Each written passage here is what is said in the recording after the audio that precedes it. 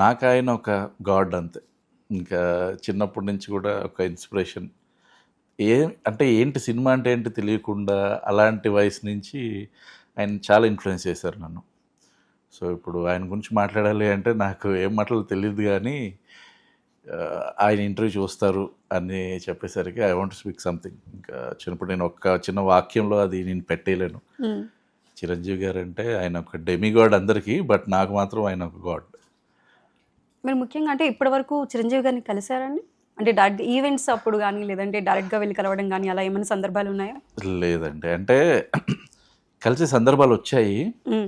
But నాకేంటి అంటే ఇప్పుడు నేను వెళ్ళి మామూలుగా చిరంజీవి గారిని కలిసాను అనుకోండి, ఆయనకు ఒక అభిమానిలాగా నమస్తే అండి అట్లా అయిపోతుంది. బట్ నాకేమనిపిస్తుంది అంటే నా వర్క్ చూసి ఆయన నన్ను పిలవాలి. ఇప్పుడు నేను కూడా ఇండస్ట్రీలోకి ఆయన ఇన్ఫ్లుయెన్స్ చేయడం వల్ల అంటే ఆయన ఇన్స్పిరేషన్గా తీసుకుని వచ్చాను.